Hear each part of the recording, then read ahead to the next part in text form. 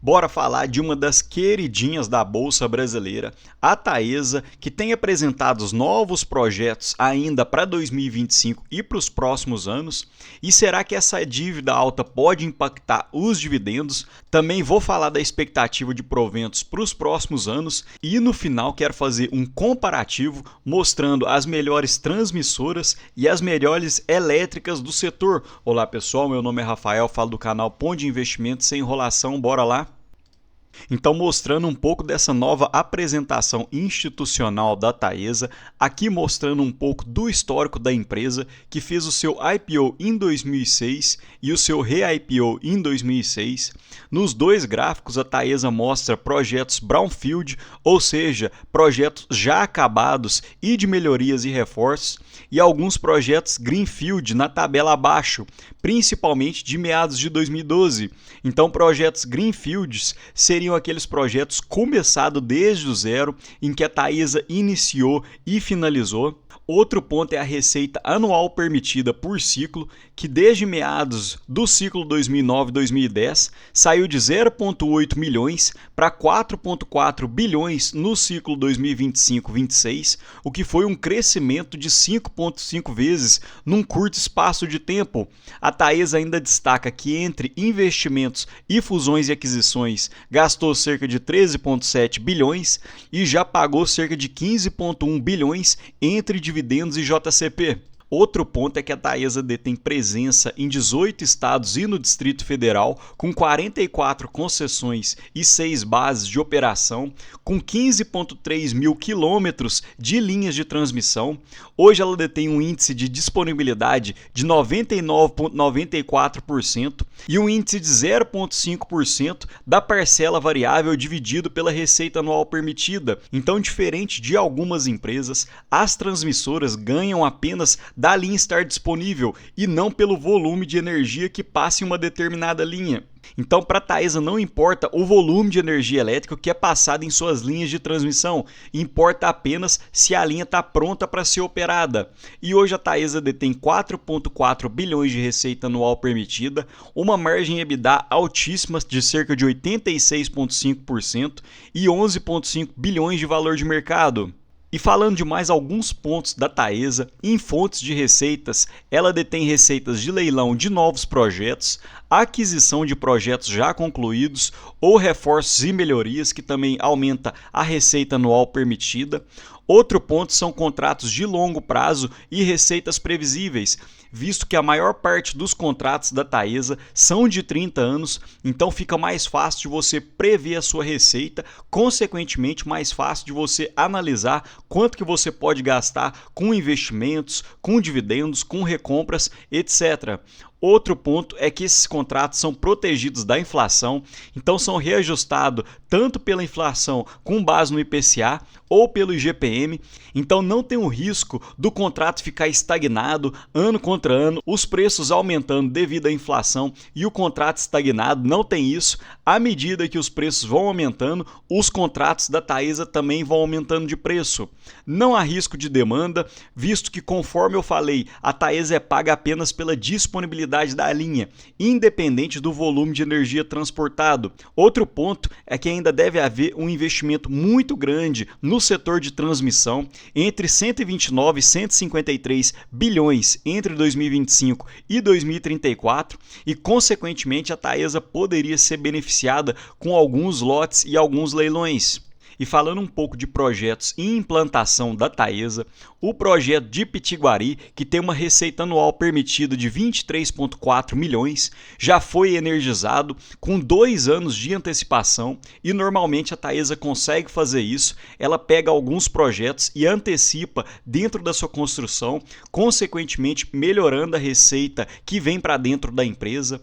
O projeto de Sairá e de Tangará, que detém altas receitas de 191 milhões e de 108 milhões, vem avançando dentro do esperado. Hoje sairá com 94% de avanço físico e 70% para Tangará. Então a Taesa deve conseguir antecipar em cerca de 2 anos ambos os projetos. A Ananaí foi impactado por um atraso na licença ambiental, então deve ter um atraso entre 10 a 12 meses. E Juruá, que a Taesa acabou de ganhar esse lote, deve aumentar 19 milhões na receita anual permitida e os principais contratos já foram assinados.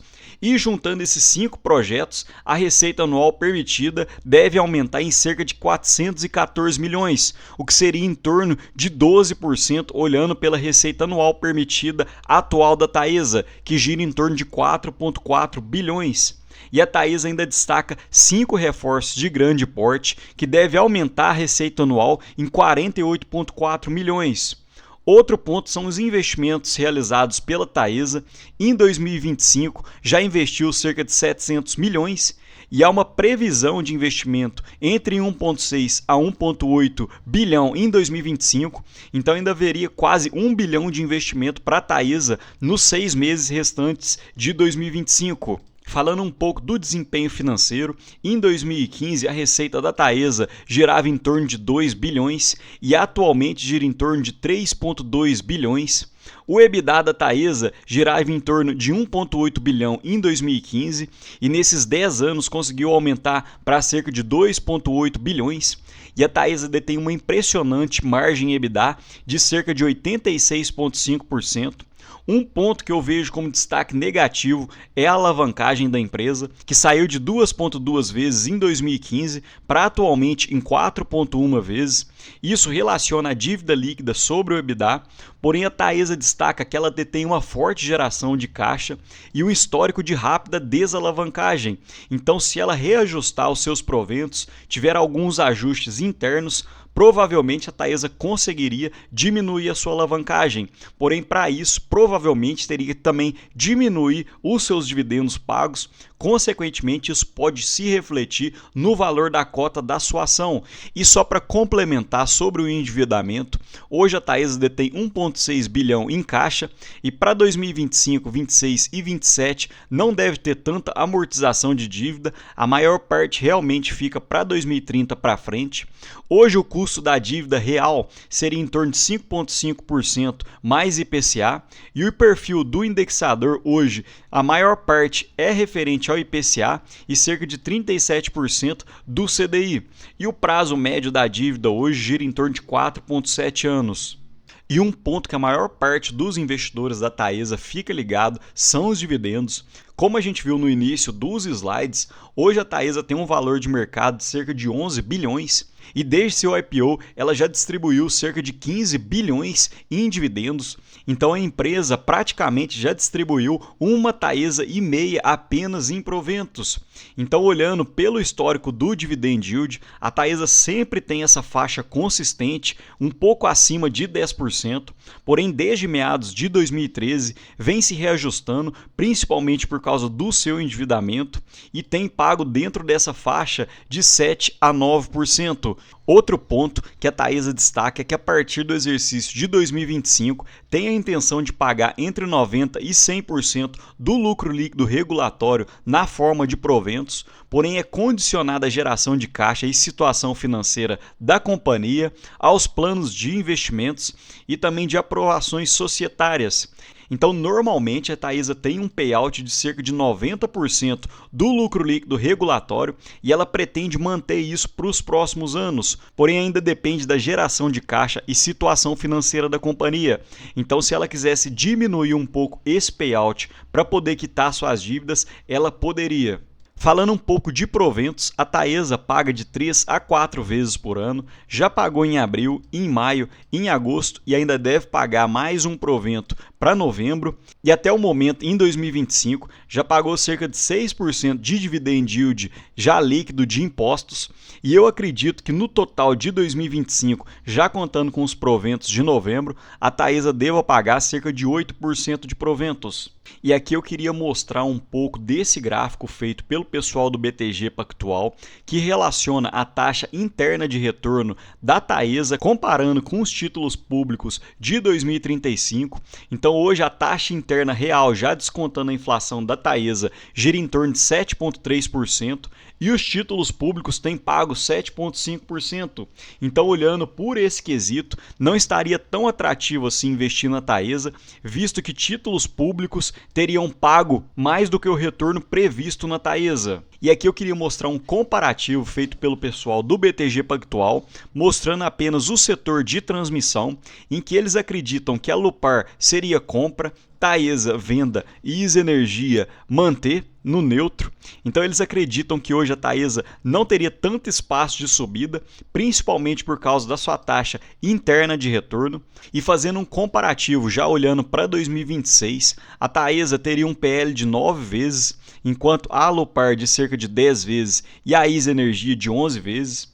Um EV sobre EBITDA, o menor seria da Alupar de 7,3, Taesa de 9,2 e ISA Energia de 8,1. O pessoal do BTG ainda acredita que deva aumentar os dividendos da Taesa para 2026 para 11%, enquanto a Alupar realmente tem um payout muito baixo, dividendos na casa dos 4,9% e a ISA Energia em 6,6%. A alavancagem maior ainda seria da Taesa de 4,3% e uma taxa interna de retorno de 6,9%. E já falando um pouco sobre a minha opinião, hoje eu não compraria a Alupar, principalmente olhando para dividendos, visto que ela ainda tem um payout muito baixo. ISA Energia fica sempre no meu radar, mas eu acho que se esticou demais. E Taesa hoje não acredita em altos proventos, principalmente por causa da alavancagem, e a própria empresa já destacou que quer diminuir essa alavancagem para os próximos anos. Então quem é acionista tem que ficar ligado, porque apesar da Taesa estar aumentando as suas receitas, principalmente com novos projetos, ela deve descer sua alavancagem, consequentemente poderia impactar nos dividendos. E fazendo um comparativo total das elétricas pelo pessoal do BTG Pactual, hoje eles acreditam que a mais atrativa, olhando no setor de geração, seria a Eletrobras, com uma taxa interna de retorno de 11,9% e cerca de 8,9% de dividendos para 2026. O setor de transmissão já falei, mas a queridinha pelo BTG seria a Alupar, com 9,8% de taxa interna de retorno e dividendos na casa dos 4,9% para 2026. E falando um pouco do setor de distribuição, o pessoal do BTG Pactual acredita que a melhor entre seus pares hoje seria a Energisa e a Neo Energia, com cerca de 11,3% de taxa interna de retorno, porém com baixos dividendos para 2026. E os melhores proventos que o pessoal acredita é a Copel, que para 2026 deve pagar cerca de 10,8% de proventos, porém eu não acredito que deva pagar tantos proventos assim, a não ser que a Copel queime seu caixa, porque com um PL de 15,1 vezes, mesmo se ela pagasse 100% de payout, o máximo de dividendos que ela pagaria seria cerca de 6,6%. Então, para ela pagar cerca de 10,8%, ela teria que queimar o seu caixa. E voltando aos comparativos das empresas de distribuição, esse realmente é um setor vencedor, principalmente no Brasil.